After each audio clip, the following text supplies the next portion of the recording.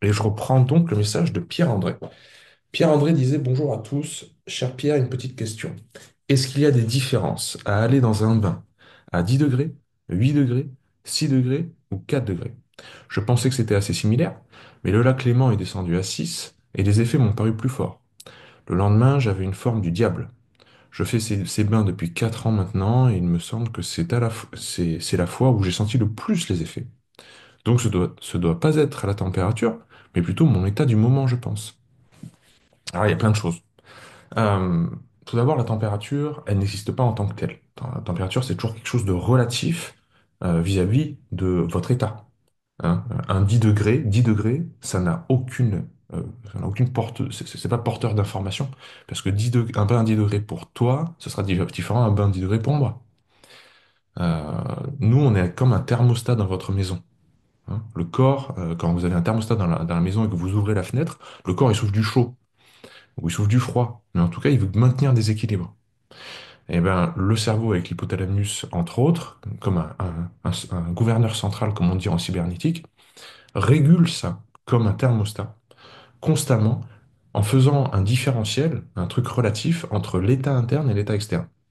Donc, comme on a tous un état interne différent, et cet état interne est grandement médié, pas uniquement relatif à ça, mais grandement médié par l'aspect psychologique, émotionnel, mais aussi hormonal, physiologique comme on l'entend d'habitude, et ben ça fait que c'est très complexe, l'état interne. Il faut le voir sous forme de globalité. Donc, toi qui rentres dans un bain à 10 degrés, dans ta baignoire, ou dans un bain qui est dehors, parce que dans lequel tu as mis un glaçon ou quoi, c'est même pas la même chose qu'un bain à 10 degrés dans le lac Léman. Parce que tout le contexte a changé. Le contexte de te dire, je vais aller dans le lac, je vais vivre une expérience qui va être proche de la nature, tu te racontes une narration interne qui est très positive. Tout ça, le feedback, le retour sur expérience que tu vas avoir, c'est tout autre que de dire, je vais aller juste dans ma petite bassine qui est dans mon jardin. Donc ça, c'est le côté très psychologique qui prend en compte le côté émotionnel et surtout l'aspect anticipatoire, le cerveau qui est sans cesse d'anticiper un événement en compte. Maintenant, euh, l'autre côté un peu plus pragmatique, un lac, ça bouge. Il y a un peu de courant, même s'il n'y en a pas beaucoup. C'est pas la mer, c'est pas l'océan. Il y a quand même un petit peu de courant. Et quand il y a un petit peu de courant, c'est beaucoup plus fort. Ok. Qu'une eau qui stagne. Donc, tu as peut-être eu, certes, le lac était à 6 degrés, mais en ressenti, c'était peut-être beaucoup plus intense. Ok. Donc, le lendemain, tu avais une forme du diable, parce que le rebond, vraiment la caractéristique de l'hormèse, quand tu as un rebond positif, tu peux associer ça à un renforcement. Le rebond derrière était positif, parce que ça fait, comme tu le dis, 4 ans que tu en fais des bains froids. Mais peut-être que le lac Léman, pour quelqu'un d'autre, ça aurait été trop. Donc voilà, il y a comment dire, tous ces aspects-là à prendre en compte. Donc c'est très juste ce que tu dis. Il y a aussi il y a ton état du moment à prendre en compte. Il y a le contexte à prendre en compte. Il y a plein de choses. Ce à quoi répond Pascal, euh, donc elle te valide la chose parce qu'elle aussi, elle fait des bains froids régulièrement. Et Pascal disait, merci d'aborder le sujet de la température de l'eau. Le plus froid que j'ai expérimenté dans le lac, c'est 6 degrés. J'y suis resté un bon quart d'heure, 20 minutes. Et oui, après on sort de là excité comme une puce. Et là, je mets toujours un petit bémol quand on dit on sort de là excité comme une puce. Si vous mettez quelqu'un qui n'a pas l'habitude, qui est fatigué, qui est en épuisement chronique, etc., dans un bain à 6 degrés pendant 20 minutes, il ressortira pas comme une puce, hein. Il ressortira pas comme une puce écrasée, et une puce en mauvaise santé. Donc, c'est attention à la généralité du cas particulier. Et ça, on a tôt fait de le faire, hein. Donc, ne sautons pas les deux pieds dans la piscine dans les conclusions. Les choses sont relatives à qui vous êtes. Donc, voilà. Mais après, justement, Pascal, elle met beaucoup de nuances. Elle dit, cette semaine, il a gelé jusqu'à -1. Eh ben non, j'ai pas pu y aller. J'avais froid. Et je me sentais pas d'y aller. Mais j'ai vu un monsieur qui plongeait comme un gamin. Il avait juste un petit chip de bain, il était rouge comme une écrevisse, et je passais par là à vélo et j'enviais sa joie. Donc, je comprends très très bien et c'est très juste qu'elle ait écouté son propre ressenti interne. Et là, elle continue en disant, personnellement, j'attends l'appel de l'eau et j'y vais sans hésiter. Mais bon, Pierre nous a déjà dit 1000 fois que tant qu'on y va au feeling, il n'y a pas de progrès. Et ça, ça, je tiens à mettre un gros bémol là-dessus. J'ai jamais dit que quand on y va au feeling, il n'y a pas de progrès. Ce que j'ai dit, c'est que si on y va tout le temps au feeling, on peut pas mesurer ses progrès. Ok. Donc il y a vraiment un point important à prendre en compte. C'est que si vous faites les choses toujours à peu près, toujours au feeling, sans aucun plan, sans aucune discipline, formulez ça comme vous voulez, votre corps va tourner toujours plus ou moins autour du même centre d'équilibre en fait. Il va jamais vraiment changer. Si vous voulez changer les choses, il va falloir quelque part structurer vos pratiques d'une manière ou d'une autre. C'est à partir du moment où on fait toujours et exclusivement au feeling qu'il n'y aura pas de progrès. Mais c'est vraiment dans le toujours et exclusivement. Par contre, si vous faites 50-50, c'est très bien. C'est-à-dire, il y a des jours, on écoute sur feeling parce que vraiment on le sent pas. Et c'est quelque chose de viscéral, c'est quelque chose d'interne, c'est émotionnel. Et aujourd'hui, c'est non, je fais pas de bain froid. J'avais écrit un plan, je m'étais dit qu'aujourd'hui, bon, ben, puisque tout progressait harmonieusement, je devais faire un bain durant 4 minutes, mais j'ai pas envie aujourd'hui. Ben, aujourd'hui, je le fais pas. Ok, très bien. Mais ça n'empêche pas que le reste du temps, vous suivez un plan, c'est-à-dire faire un truc mesurable, faire 5 bains par semaine, par exemple.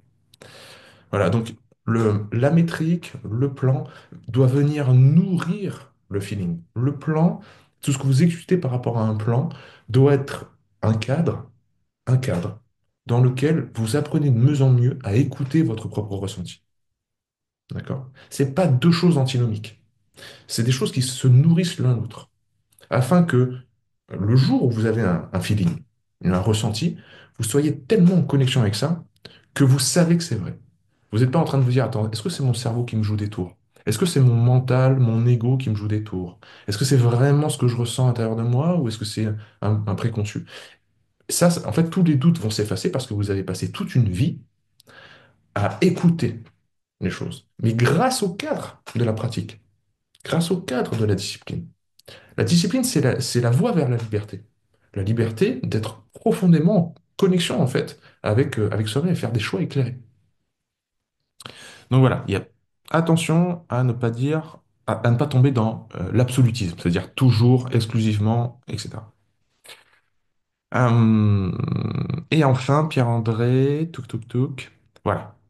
Pierre-André répondait encore, merci Pascal pour ton partage. Oui, pour moi aussi, le froid, c'est quelque chose à faire au feeling.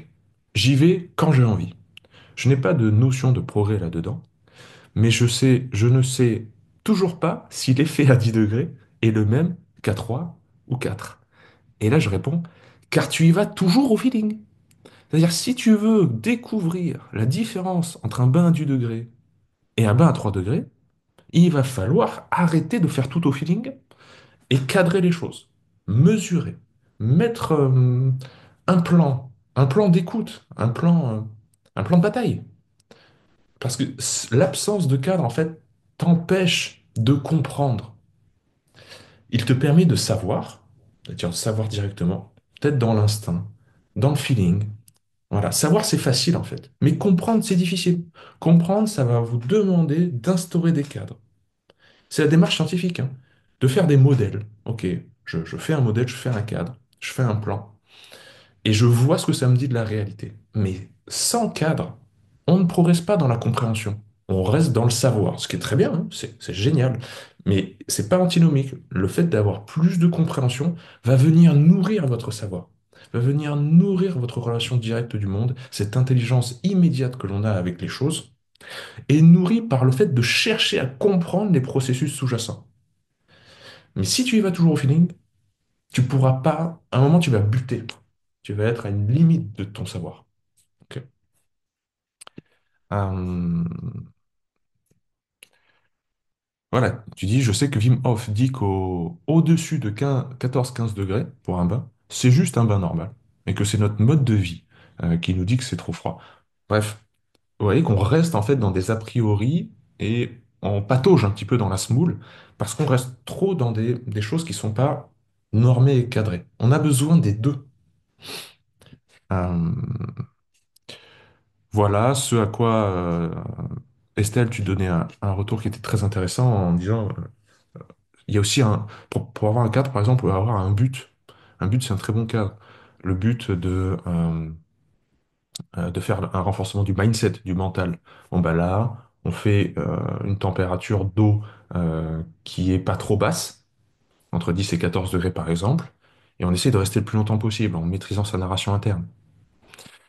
Euh, une amélioration du métabolisme, c'est plutôt avoir le froid le plus froid possible, température de l'eau la plus basse possible pour vous, relatif à vous, à votre ressenti, afin de choquer l'organisme et qu'il fasse un rebond.